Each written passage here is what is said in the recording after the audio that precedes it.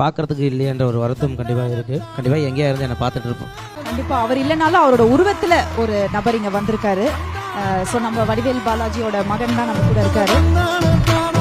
ஆக்சுவலாக நான் ஒரு கிஃப்ட் ஒன்று கொண்டு வந்திருக்கேன் மாமாக்கு.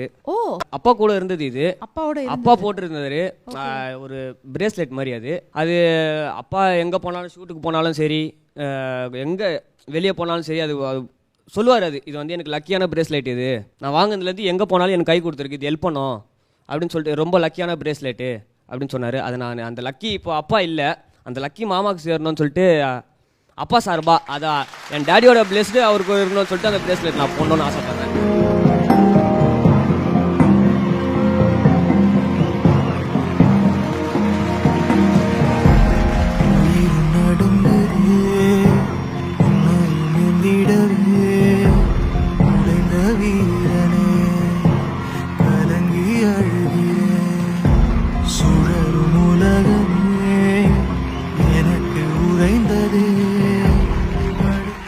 இல்லை, இது வந்து ரொம்ப என்ன சொல்கிறதுன்னு தெரியல. நீங்களே சொல்லிட்டீங்க ரொம்ப ஒரு லக்கியான ஒரு பிரேஸ்லெட் அப்படின்னு. அவர் நிறைய லக் தாண்டி நிறைய விஷயம் இருந்தாலும் அவர் ஒரு ஒரு உச்சத்தை தொடும் போது தான் அந்த ஒரு விஷயம் நடந்தது.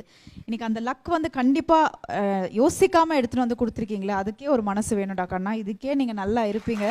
டெஃபினட்டாக நாங்கள் எல்லாருமே உனக்கு அந்த சப்போர்ட் கொடுத்துட்டே இருப்போம் அப்பா மாதிரி. நீங்கள் தான் சொல்லணும் புகழ். நம்பிக்கை என் கையில் இருக்குது. ஓகே, இதுக்கப்புறம் எல்லாமே சக்ஸஸ் இல்லைங்க. ஓகே சார், மாமா கையில் பார்த்துக்கிட்டே இருப்பேன். அது பார்த்துருக்கீங்க? ஆமாம் ஆமாம், பார்த்தேன். மாமா எப்பயுமே கையில் போட்டு. ஏன் இது ஒரு இது எவ்வளோ விஷயம் இருந்தாலும் இது ஸ்பெஷலாக எடுத்துகிட்டு வந்திருக்கீங்க? இல்லை, அப்பா சொன்னார் இது வந்து என்னோட லக்கியஸ்ட் பிரேஸ்லெட்டு அப்படின்னு சொன்னார். சரி, இப்போ அப்பா இல்லை, அந்த லக்கியாவது மாமாவுக்கு சேரணும்,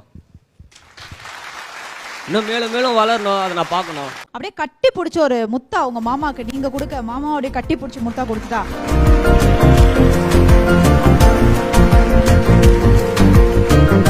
லாஸ்ட் டைம் ஒரு படத்துக்காக இப்போ நாங்கள் வந்து குலசேகரப்பட்டினம் கோயிலுக்கு போயிருந்தோம். அந்த க்ரௌடில் போயிட்டு ஷூட் பண்ணிவிட்டு வந்தேன். அதுக்கு முன்னாடி ஃபஸ்ட்டு என்னை குலசேகரப்பட்டினம் கூப்பிட்டு போனது மாமா தான். அவர் கூப்பிட்டு போனப்போ என் கையை இறுக்கி பிடிச்சிட்டார். முன்னாடி எங்கள் டெல்லி ஸ்ரீதர் 2 பேர் இருப்பாங்க. திட்டுவார், உன் குழந்தைய விட்றாதீங்க, எங்கேயோ தொலைஞ்சிட போகிறான், கூட்டமாக இருக்குன்னு என் கையை பிடிச்சி இப்படி அமைக்கிடுவார். சாமியை பாரு, வேண்டிக்கோ, இங்கே வா, பெரிய ஆளாக வந்துடலாம், நடந்துட்டு. இப்போ 2வது நான் போனப்போ என்னை பார்த்தது எல்லாமே புகழ் சார் குலசேகரப்பட்டினம் கோயிலே என்னோட அந்த வீடியோ ஒன்று இதாக இருக்கும். சாமி கிட்ட போட்டிருந்தேன். அந்த சாமி கிட்ட போட்டு யாரும் உள்ளே போய் சாமி பார்த்ததில்ல.